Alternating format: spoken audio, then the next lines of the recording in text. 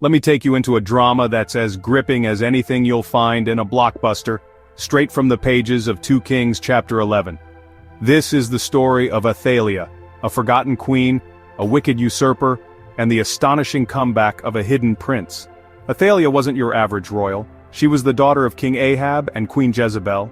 Yes, that Jezebel. She grew up in a palace thick with idol worship, ruthless politics, and a hunger for power. When she married Jehoram, king of Judah, she brought all that baggage with her. Their son, Ahaziah, became king after Jehoram died, but his reign was barely a blip, just 1 year, before he was killed in a clash with the northern kingdom. And that's when Athaliah made her chilling move. Instead of grieving, she saw an opportunity. She grabbed the throne for herself, but to do it, she had to erase every threat, including her own grandchildren. She ordered a massacre of every royal boy in the Davidic line, trying to wipe out the very family God had promised would one day bring forth the Messiah. Brutal? Absolutely. Calculated? Completely. But here's where the story takes a turn. Unbeknownst to Athaliah, one tiny child survived. Little Joash.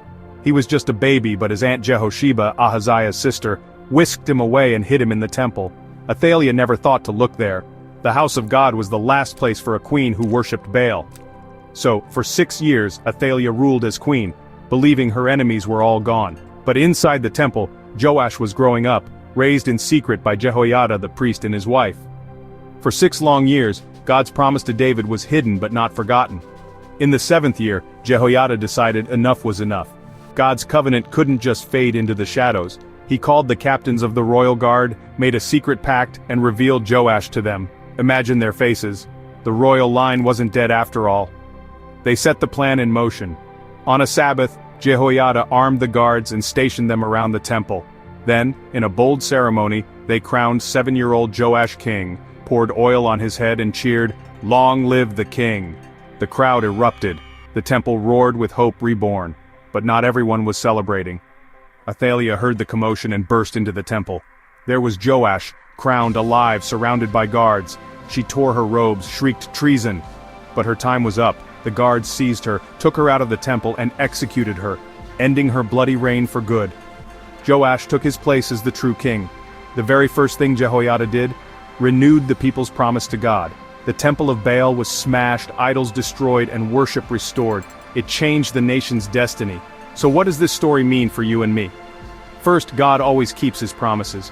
Even when darkness seems to win, when Athaliah thought she'd stamped out hope, God was working behind the scenes. Joash survived because God's word never fails. Second, it's ordinary courage that makes history. Jehosheba and Jehoiada weren't warriors or kings. They were faithful, brave, and said yes to God's purpose, even when it was dangerous. Third, God's plans don't always shout. Sometimes they whisper in hidden places. For 6 years, it looked like evil was winning, but behind the scenes, God was preparing a turning point. And finally, Athaliah's story is a warning. Pride and the hunger for power destroy. But Joash's story? That's hope.